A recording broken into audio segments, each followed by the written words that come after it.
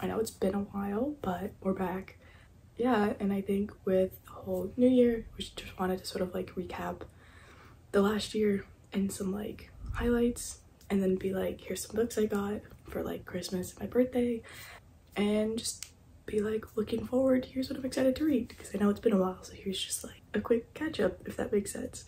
I read quite a lot of books this year, not as many like varied ones as I wanted to, but as much as I like reading nonfiction, it does get hard when you also do school and you want to more escape all of that. But yeah, sort of my favorites from this year is If We Were Villains, like the Fence, was it like Fence comic? It's about like a high school boarding school that has a fencing team. Earthlings, Bone Clocks, House of Leaves, Hannibal, Beautiful World, Where Are You, Open Water, Notes on Camp, and My Policeman. Yeah, there might be a little bit of a theme, but I'm trying to enjoy life. I've also recently gotten more into the whole like dark romance thing, but I still haven't found stuff that clicks. But I'm also just trying to read more books that are out of my comfort zone or ones I normally gravitate to.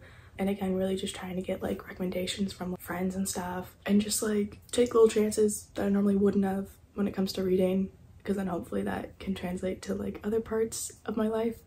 But anyways, but yeah, I don't want to like brag of this is how much I've read. Part of me wants to become more mindful when I read a little bit. I know with like the internet, it can seem like, oh, all you have to do is like read a bunch and that's all that matters.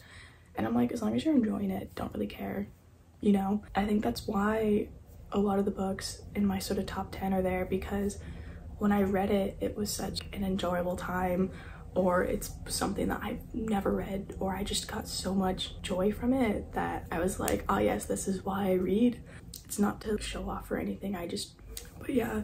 So this Christmas I spent it down in Yorkshire with a friend, and then just saw a bit of Yorkshire, and it was nice, like a little change of pace and everything. But my birthday and Christmas, my family got me a Kindle. I think lately traveling and trying to lug a bunch of books back and forth 5,000 miles has really dawned on me it's really impractical. As much as I have a love-hate relationship with reading like online or not a physical book, hopefully this helps me pack light but still enjoy reading and everything, but not get lost like on the phone. I know we hate Amazon, but it has the largest selection of books, and sometimes my tastes are really weird. But yeah, so I'm excited to explore this, and I can give an update once I actually like read it more. And then a friend gave me the Jordan Peterson 12 Rules for Life, and my roommate's mom said it was really nice. I generally don't do self-help because it can seem very preachy. Hopefully this is nice, a change of pace. I don't really know what to expect, because we just went for tea and like a catch up after finals and stuff, and they're like, oh, I have something for you, and I was like, oh my god. And then for Christmas, a friend's family got me Neil Gaiman's What the Ocean End of the Lane. Neither of us have read it, but hopefully I'll read it, he can read it, and then we can like talk about it. But really interesting author. I think he did American Gods and everything, so I'm really like a little change of pace, but hopefully it does seem interesting and that it's really enjoyable. Yeah, but like it's something I don't think I would have picked up myself, but it is really pretty. There's also a Tunnock's tea cake wrapper just like in the middle of it, because I like Tunnock's tea cakes and I flattened it out without ripping it, so I was like, we gotta save it, and then I've just left it in there. And then also while in Yorkshire, apparently we were close by the Bronte house, so as one of the like day trips we did, we all went and saw the house. It was like a lovely day, and it was a cute little shop. And then once we got home, we watched Wild Child because there's a couple scenes that was filmed in that town. And then on the way to the house through the town, there was this lovely cat, and I was just like, oh my god.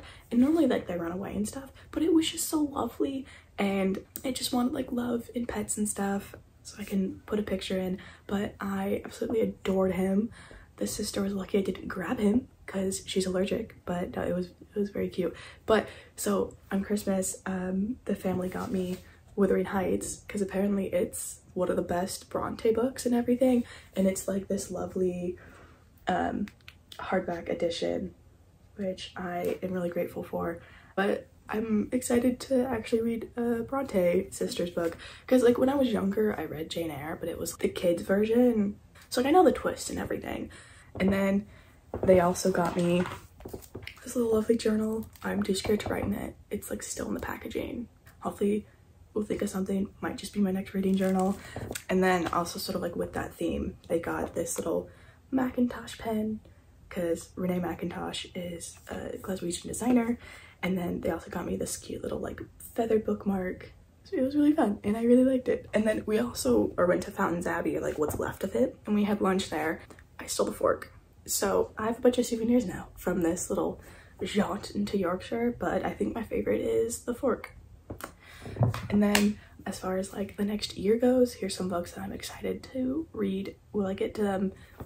We'll see, but I'll just list them off. And then that's sort of my update for recently. So one I know I've been going on about lately, but it's The Secret History. I really want to read it. One of my friends hates it, did not enjoy it, but since I read If We Were Villains, I think might as well compare the two. I keep forgetting how old it is. One I've had my eye on for a while and finally got is Deepwell Arcadia. It's a science fiction verse novel written in Orkney dialect, because apparently I like to torture myself.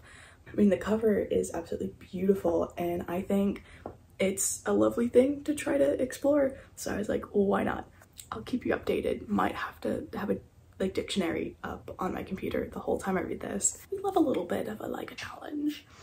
And then the same family who got me the Neil Gaiman book, a friend was like, oh, you should read this, Sandman. I didn't really know it was a comic first, so this will be really interesting. And it's a lovely change of pace from like books. But yeah, so I'm really hyped to read that because I keep hearing about it. One thing I want to get into more is trying to read more like short story stuff. So like Waterstones just had these out, and I got some different authors, but they're all like together, if that makes sense. I think these are all Japanese, and then I think this one is Dutch. So we get a little mix, nice change of pace, and it's a good, easy way to explore different genres and different authors and stuff you just would never pick up before. A friend recommended The Unbearable Lightness of Living. I want to read it, but when we're more like settled into everything, if that makes sense, because I think it can be a lot sometimes, and I don't want to repeat of A Little Life. And then because everyone's been talking about it with online and the whole dark romance thing, and it ends with Us. I'll try Colleen Hoover and everything. We'll see if we like it. Again, I don't read a bunch of romances, so like a nice little change of pace and to see what all the hype is about at a certain point. I'm trying to come in with low expectations, so we're just pleasantly surprised. And then because I just like to torture myself sometimes, and she has a new book coming out, People in Trees by Hanya Yanagihara. We'll see if we like it. Yeah, I think if I want to cry, we'll just pull this out. Or just reread A Little Life. The one I've been eyeing a lot, but I mean like, oh, we gotta save it, is Heartstopper. I tried finding this back at home over the summer, couldn't find it. Eventually found it here. If we want a little treat, we'll save it and then read it. But I do want to actually get to it. But yeah, it seems very cute. I know it's queer, so what more do you want? And I do want to read more Alice Oseman because she did Radio Silence that I read last year, and that was really good. And then one that I just found randomly, don't know much about, is just Large Animals. The last sort of like bit, it's like soapy, visceral, and often disconcerting. But Large Animals sets a new standard for language, challenging our concepts of gender and body in a way that feels radical, insightful, and incredibly relevant. So I was like, yes, thing of fiction, makes you think, what more do you want? And I just love the cover. So I was just like, we'll change it up, grab a statement piece, roll with it. And then, so the last thing is, my other reading journal gets backed up. I am so behind. I sort of fell face the earth from like November till now. But no need to talk about it. But I got an extra reading log from Jack Edwards, so it could be nice, or give me ideas for my own to make it better. But yeah, that's sort of what I've been up to. Just sort of need to probably clean my room, get ready for the semester, and try to see people before everything gets chaotic. Until then, hope you had a wonderful new year. Hope you have a bunch of good books and good people to talk to, and enjoy this year, and that everyone stay safe. Because I do want to go home and see my family eventually. But yeah, until then, have fun, and I'll see you next time.